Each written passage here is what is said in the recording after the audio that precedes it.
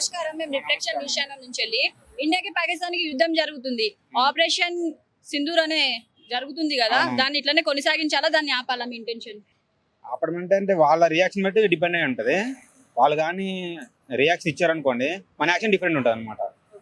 దాని మీద సింధూర్ ఆపరేషన్ సింధూర్ అనే పేరు ఎందుకు పెట్టారు? హిందువుల మీద వాళ్ళు అటాక్ చేయడం జరిగింది కదా, దాన్ని బట్టి బొట్టు కదా, అసలు తిలకం కదా సింధూర్ అంటే, దాని మీద డిపెండ్ అయ్యి డైరెక్ట్ ఇంకా సింధూరం పెట్టారు, ఆపరేషన్ సింధూర్ అని చెప్పేసి. తాత నమస్కారం. రిఫ్లెక్షన్ న్యూస్ ఛానల్ నుంచి వస్తున్నాను. పాకిస్తాన్ కి భారతదేశానికి యుద్ధం జరుగుతుంది కదా, దానికి మీరేం చెప్పాలనుకుంటున్నారు? నాకు తెలిసిన కాడికైతే మేడం, మోడీ ప్రభుత్వం చాలా మంచిది. మన అమ్మాయిని చంపేశారంట. అమ్మాయిని నాకైతే కరెక్ట్ అంత తెలియదు.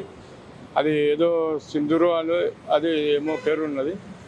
కాకపోతే నాకు తెలిసిన కాడికి రాత్రి టీవీలో విన్నా, ఇది సింధూర్ అంటే ఇది బొట్టు అంట.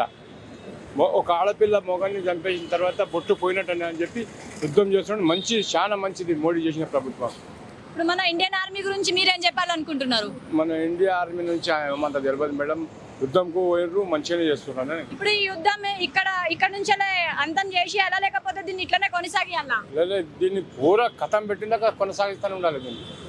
కొంతమంది హిందువులు, కొంతమంది ముస్లింలు ఏమంటున్నారు అంటే శాంతియుతంగా చేయాలి అంటున్నారు. అంటే మన చొరబడుతున్నారు వాళ్ళు. పాకిస్తాన్ వాళ్ళు మన బార్డర్ మీద లోపలికి వచ్చి మనల్ని చంపేస్తున్నారు.